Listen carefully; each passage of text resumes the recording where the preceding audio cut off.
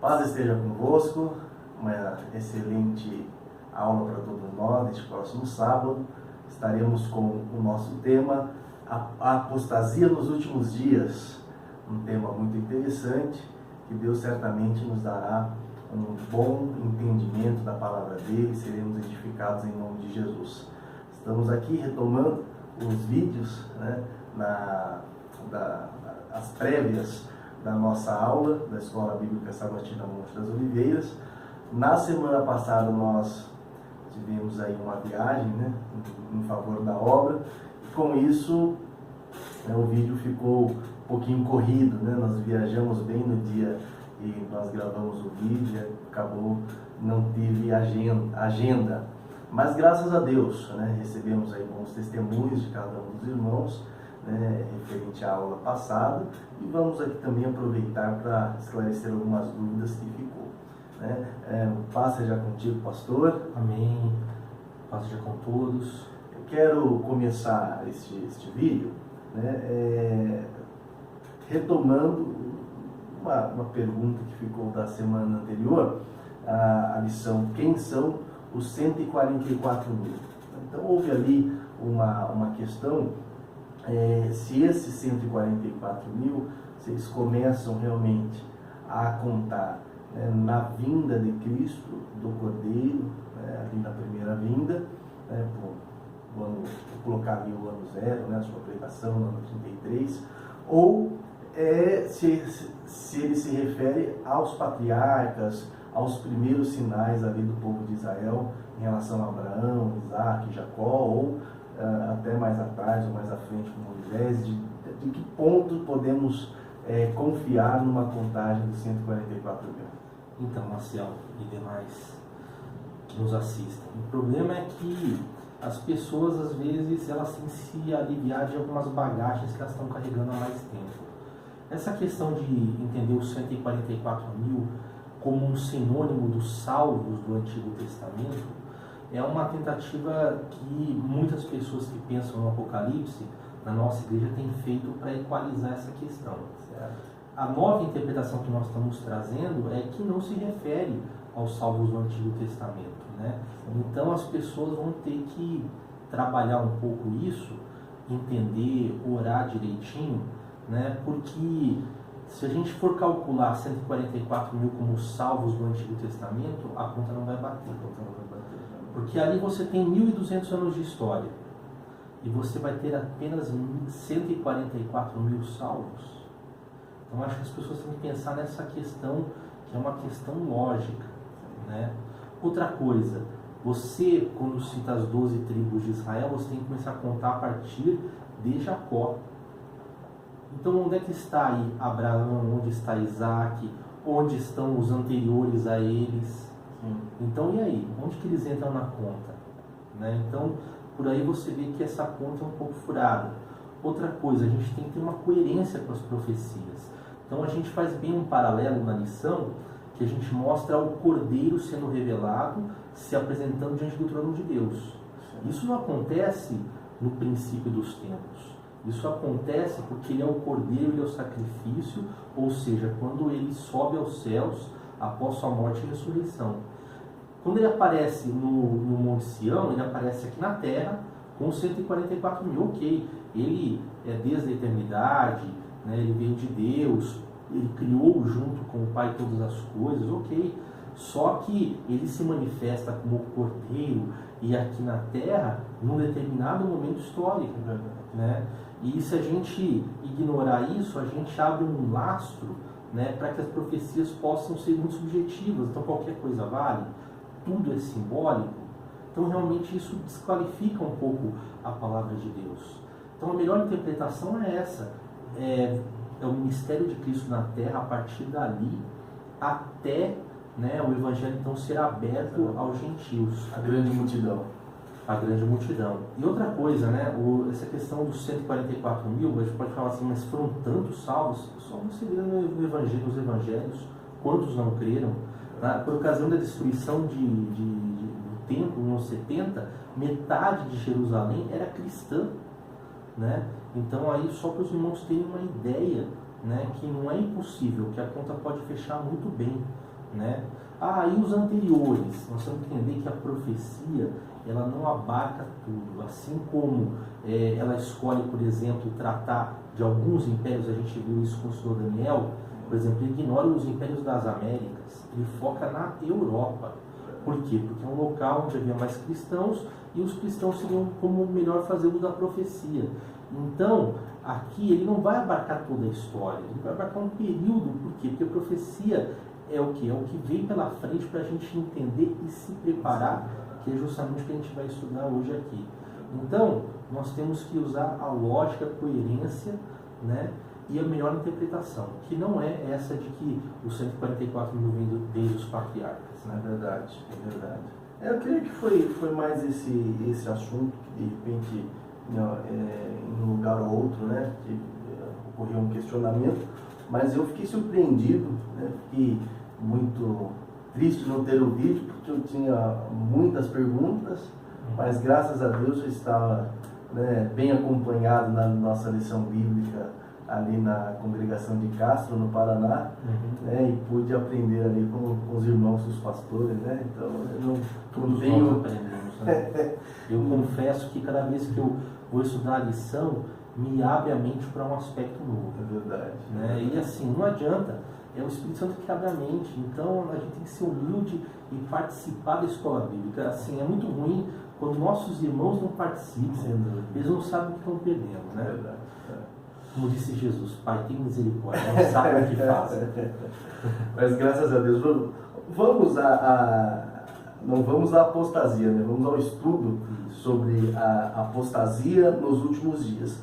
Pastor, aqui nós temos na primeira pergunta, e na segunda, também já vamos fazer um conjunto, o que a Bíblia fala do anticristo, né? Uma passagem de 1 João capítulo 2, 18 a 22, essa figura que a Bíblia vem trazendo e que João denomina como anticristo.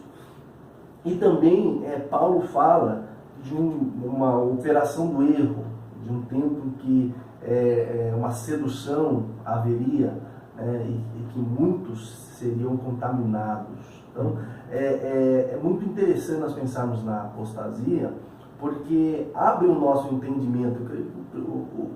Um dos objetivos da lição é este, né? Abrir nosso entendimento que o Evangelho, desde os seus primórdios, desde ali no seio da igreja primitiva, já se havia um alerta em relação à apostasia, em relação ao engano, né? Os sinais já estão nas cartas, já estão até nos evangelhos, e hoje nós temos que também trazer à luz. Será que nós podemos acreditar em tudo que nós temos visto? Então, o que a Bíblia fala do anticristo e desta operação de erro na época e o que traz para nós nos nossos dias. Então, acho que é importante todo mundo estar ciente que esse termo anticristo só é usado por uma pessoa nas Escrituras, que é o próprio João. Ninguém mais usa esse termo. Um termo específico dele e um termo específico das cartas de João.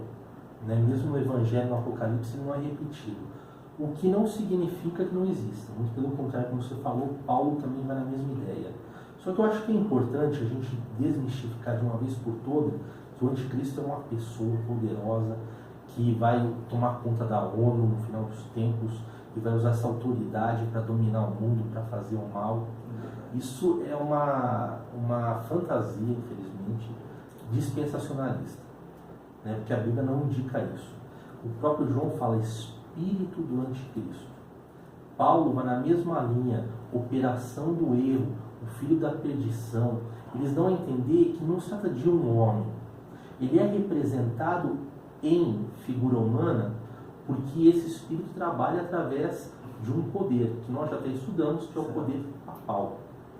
Então, o poder papal se manifesta através do líder, né, da igreja romana. Então, é por isso que se identifica como um homem. No entanto, não é um único homem, um homem que vai ter poder. É um espírito que está em operação, né, desde os tempos dos apóstolos. Senão João teria mentido quando ele fala que esse espírito já está operando no mundo, né? E o que caracteriza esse espírito, né? Essa operação do erro? A corrupção da verdade. Você não tem que ir lá fora para encontrar uma outra religião, ela é a deturpação do próprio cristianismo, da própria palavra de Deus. Então esse é o espírito do anticristo, né? E ele se manifesta na figura de um homem, porque tem uma instituição que lidera hoje, só que ele opera de diversas maneiras. Em tudo que a gente vê, a corrupção do Evangelho é a operação do erro. No tempo dos apóstolos, com a filosofia grega e o gnosticismo, né, já operando para dizer que Cristo não veio em carne, né, mas teria vindo como um espírito, porque Deus não poderia morrer na cruz, essas histórias todas. Né? E hoje, né, novamente ressuscitando essas teologias, essas teorias, né, com os evangelhos apócrifos e gnósticos, né, que hoje estão na moda, né, o misticismo, né, mas também o espírito do erro na mudança das doutrinas, na mudança do sábado para o domingo. E eu acho que isso é muito importante. Eu acho que tem que ser enfatizado pelos professores esta mudança, porque essa operação do erro. Ah, mas lá faz sinais e maravilhas e não sei o quê. Só que Jesus mesmo falou, se você não guarda os mandamentos, no último dia muitos virão e dirão, Senhor, não fizemos isso em teu nome? E ele falará, nunca vos conheci. Então a gente toma muito cuidado e ser muito enfático. A operação do erro é deturpação da palavra de Deus. Isso pode ser referente à prosperidade, teologia da prosperidade, ou pode ser referente à mudança e alteração dos mandamentos, né? Para ficar bem claro. Agora, Marcelo, deixa eu te perguntar uma coisa, né? Paulo, né, além de falar da operação do erro, né, ele descreve muito bem, né, a situação dos últimos dias, sim, que justamente é o que nós estamos vivendo hoje. Como que ele fala dessa situação dos últimos dias? Então, pastor, aqui eu queria só pontuar assim, novamente, porque talvez, pelo que nós temos aqui em 2 Timóteo 3, 1 a 9, que é bem abrangente, até abrir aqui o texto, 2 Timóteo 3, 1 a 9. Então, ele acaba sendo assim, muito assim, abrangente, né? Quando eu digo abrangente, porque ele fala assim, egoístas, avarentos, orgulhosos, vaidosos, na minha versão fala xingadores, ingratos, desobedientes aos seus pais. Então alguém pode pensar, nossa, então nós estamos na operação do erro por conta desses sinais, mas também por conta desses sinais. Por quê? Quando a humanidade chegar neste tempo, que é tornar o mal por bem, a verdade mentira, esses sinais que aqui estão descritos, né, não terão respeito por Deus ou pela religião. Então, são sinais que nós estamos vendo que os homens já estão cometendo, né? E aqui eu creio que nós temos uma extensão do que é a operação do erro, porque ela se dá no meio da igreja, mas ela também, a apostasia e o engano, ela vai para a sociedade e ela se demonstra na sociedade. Agora, nós não podemos olhar para fora e esquecer de olhar para dentro. Então, o maior alerta da palavra de Deus é o que ocorre aqui dentro. Então, nessa terceira pergunta, creio que o texto é muito claro, o comentário eu creio que ajuda, mas eu acredito que a maior preocupação é não deixar na aula os professores, os alunos pensarem, então a situação está feia lá fora. Aí começa uma grande discussão com testemunhos da situação lá fora, nós esquecermos o que está dentro do cristianismo, dentro das igrejas, que eu acredito que é este o principal ponto, né? E salientando principalmente, como o pastor já disse, a mudança na lei de Deus. Por quê? Porque se nós formos pegar assim, uma construção histórica, né, o protestantismo ele vai estar sempre se dividindo, infelizmente. Né? Então, desde ali da Reforma, que até fez aniversário agora há pouco, junto com o Dia das Bruxas. Junto com o Dia das Bruxas, né? Então, as igrejas vão brotando, vão pipocando, vão nascendo. né? Isso tem um lado positivo, mas tem um lado negativo muito grande. Agora, se nós formos parar para pensar, o que predomina, quais doutrinas se mantêm em todas essas igrejas? O problema é que no Então, passado isso, a divisão era doutrina, por causa de doutrina. Hoje a divisão é muitas vezes por causa de falta de submissão, espírito de liderança, não aceitar correção, né? Dinheiro e poder, né?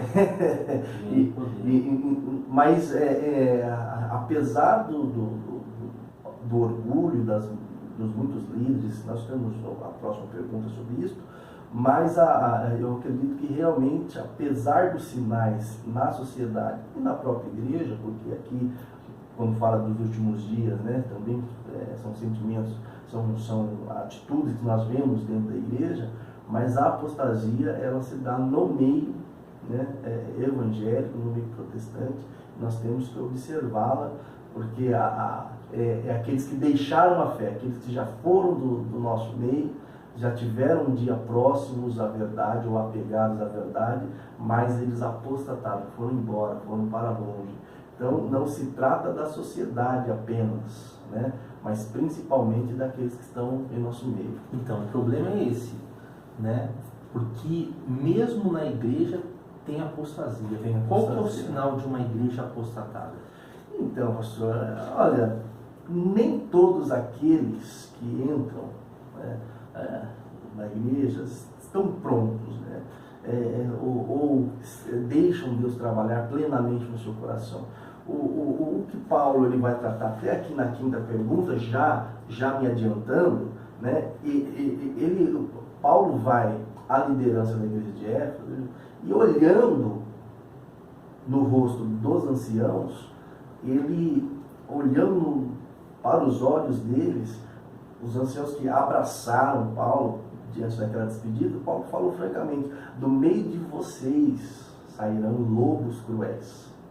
Por quê? Porque a apostasia é o mesmo sentimento que nasceu lá atrás no coração de Satanás. Então, a pessoa ela está firme, pregando o evangelho, muitas vezes defendendo a verdade, muitas vezes de repente ela vê um vídeo, de repente ela tem um acesso ao conteúdo, como o professor meu falou. Pior coisa é um pouco de conhecimento, porque a pessoa ela tem acesso a um conhecimento, olha, ficamos sabendo que há uma linhagem e tal, sobre tal superficial, ela se aprofunda naquilo dentro do engano e não olhando os dois lados. Né? Então ela vai entrando, de repente se olha aquela pessoa que pregava, aquela pessoa que cantava, aquela pessoa que amava os mandamentos, que dava sinais disso. A apostasia, engano, entrou no coração dela, ela foi para tão longe que ela vira um lobo cruel, que agora ela começa a atacar a verdade, e é um espírito de sedução, onde aquele que está pregando, muitas vezes ele pode ser um obreiro fraudulento, como Paulo combateu muitos obreiros fraudulentos, dolosamente, mas muitas vezes a pessoa está num engano tão grande que ela acredita naquilo que ela está falando e ela já foi contaminada com a verdade. Então, ela separa a igreja, ela começa a combater a igreja e se torna uma daquelas pessoas que muitas vezes o João chega até a orientar a igreja: nem deixem que vão às suas casas ou que você vá uma delas, porque a pessoa tem um espírito de rebeldia e de apostasia tão grande que ela não consegue ver um irmão, um irmão na fé, que já sentou comendo no mesmo prato, sem querer trazê-lo para a mentira, sem querer seduzi-lo, sem querer apresentar novas verdades, combater aquilo que ela já pregou. Então é um sentimento assim que nós devemos realmente repudiar e tomar uma vigilância dentro de nós mesmos para não deixar o azeite, né, o nosso próprio azeite, faltar. Né? Agora, Paulo fala que existe um contraponto a isso, né? Isso está na sexta pergunta, né? Ele fala que o contraponto é a coluna e firmeza da verdade. O que é isso? Então, a despeito, até passar essa pergunta para o pastor, porque nós temos assim, né, aquela famosa frase que não é que não é que não seja verdadeira. A igreja somos nós, né? Mas a palavra também trata a igreja como um conjunto das pessoas, como a igreja como a noiva, como um conjunto, como uma congregação. Então, não existe uma verdade dada a uma pessoa só individualmente. Claro, Deus vai revelando, levantando, mas você pode ver os movimentos mais sadios doutrinariamente. A verdade não foi depositada sobre uma pessoa só, ela foi sendo concedida a mais pessoas, de maneira que a igreja, o corpo da igreja, ela adquire pela palavra de Deus como um estandarte, um baluarte, a bandeira da verdade, ou seja, o conjunto das pessoas, digamos assim, o presbitério, o conjunto de obreiros, de mulheres, de homens, de jovens, de pessoas que defendem a verdade, que entendem o que é a verdade e pregam a verdade. Então, quando alguém recebe uma revelação nova, essa pessoa, ela, digamos, pelo seu testemunho, merece ser ouvida, mas ela precisa estar submetida à igreja, né? Se não individualmente, ela pode estar sendo enganada.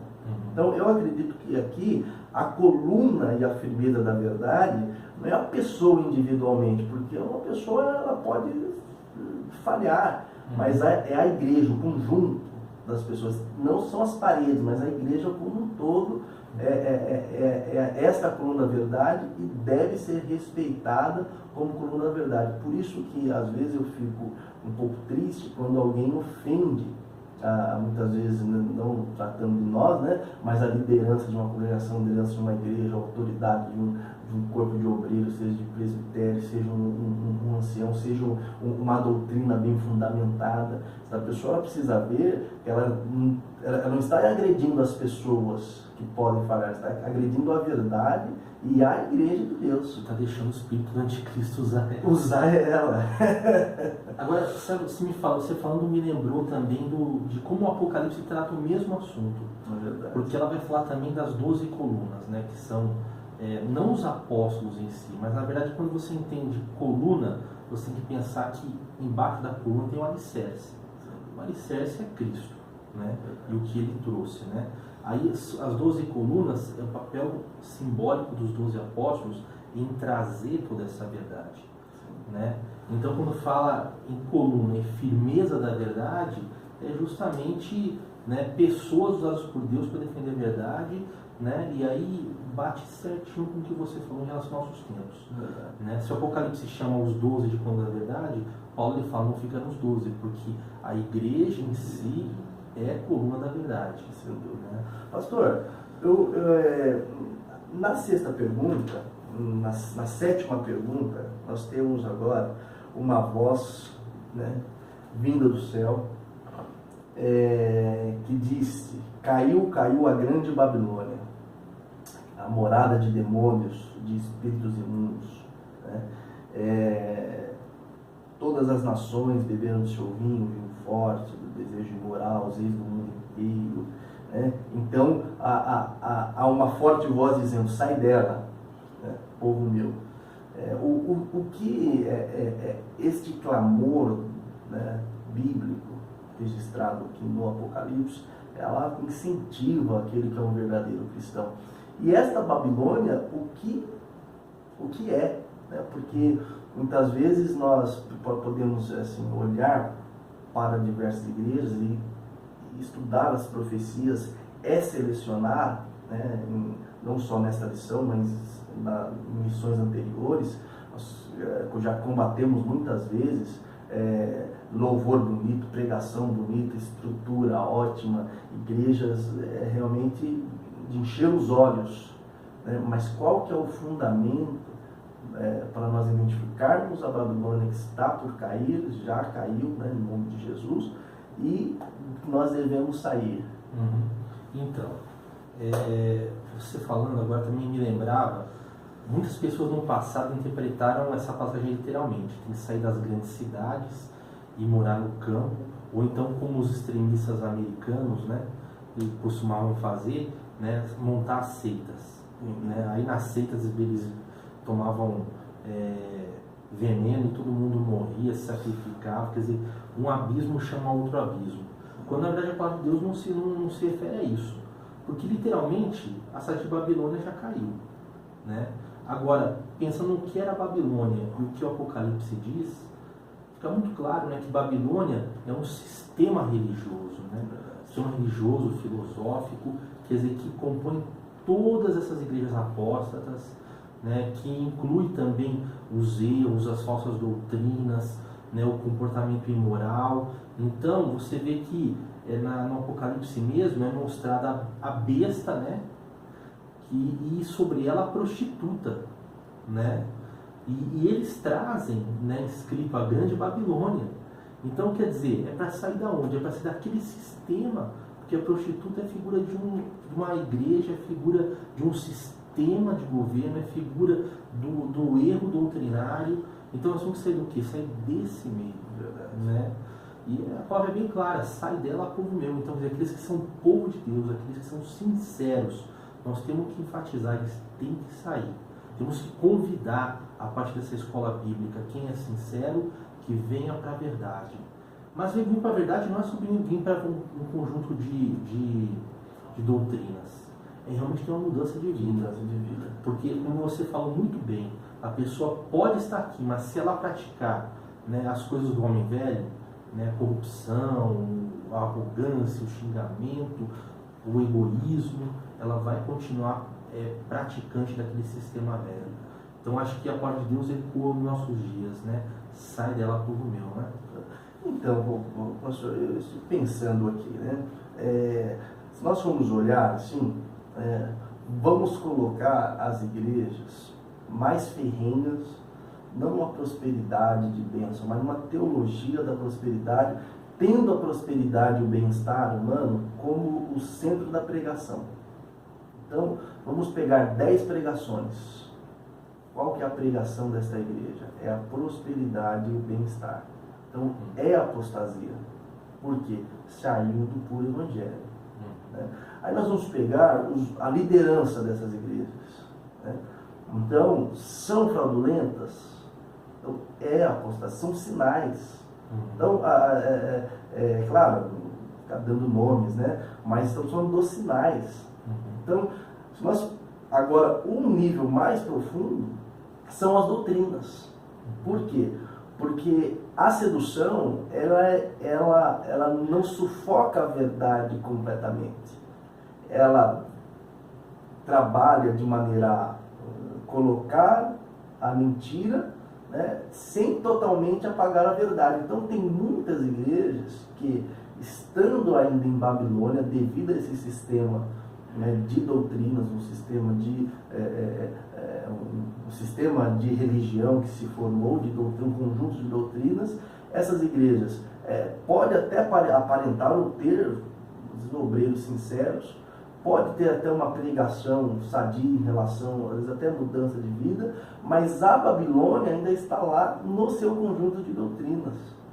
Então, quando nós olhamos obreiros, a pregação, aqui a gente falou de teologia da prosperidade, mas tem muitas outras, teologia inclusiva, e se for por essa seara, os coachings, né, de hoje em dia, que nunca foram pastores, mas agora querem aconselhar os pastores.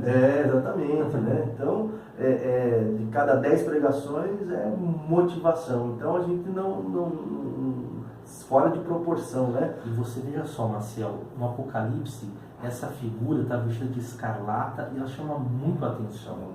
O problema é o nosso povo, né, os que são sinceros, olharem para isso e falar assim, não, cara, é um coach, então ele deve conhecer mais. Exatamente. Temos que ficar esperto com relação a isso. Então nós temos agora um nível relacionado à Babilônia, que ela é muito forte, ao mesmo tempo visível para aquele que conhece a verdade.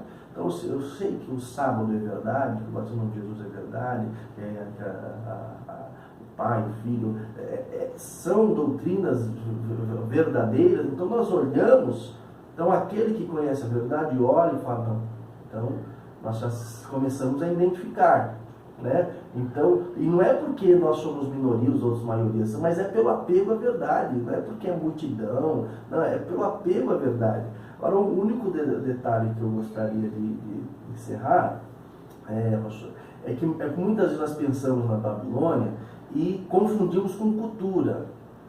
Então, ou seja, já aproveitando também o espírito da última lição, quando nós pensamos ali na grande multidão vinda de todos os povos, ou seja, o Evangelho, claro que ele combate muitas vezes a cultura, claro que ele vai contra muitos costumes imorais impregnados na cultura, né, muita transmissão pagã e apóstata já transmitida na própria cultura. Então, nós falamos aqui de festas, nós falamos de linguagem, nós falamos de roupas, nós falamos de estilo de vida. A cultura que faz com que os homens acabam pecando contra Deus de uma maneira muito, muito natural, porque é uma cultura realmente já estabelecida. Então, a cultura é impregnada pela grande Babilônia, pelo pecado.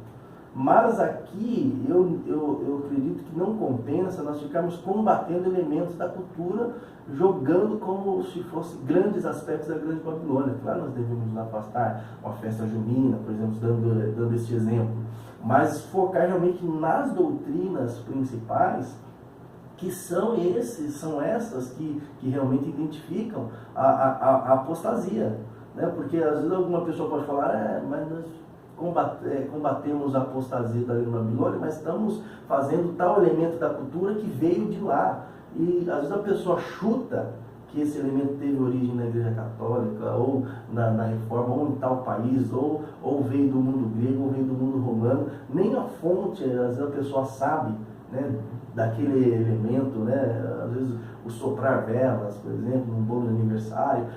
Isto pode ser, né? Realmente nós devemos ir nos afastando e nos afastar de tudo, mas o clamor bíblico é para alteração na lei, é para alteração na verdade, é para aquilo que nós temos estudado. Na verdade, a festa é um resquício de um outro problema.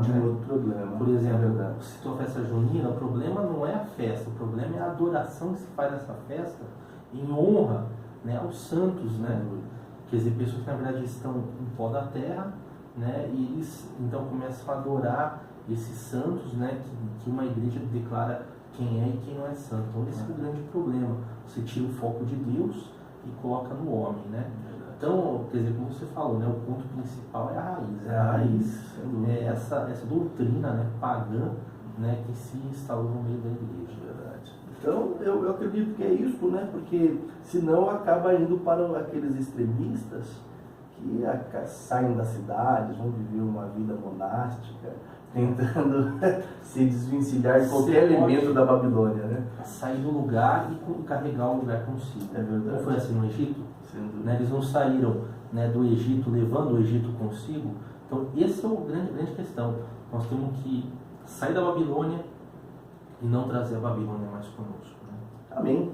Creio que ficou bem, né, esclarecido, e é um alerta muito grande da igreja, né, e para nós vigiarmos, porque muitas vezes nós esquecemos e não podemos dar ouvido a qualquer espírito.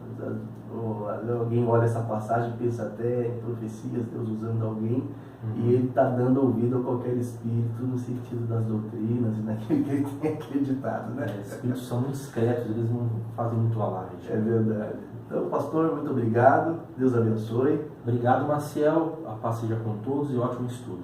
Amém.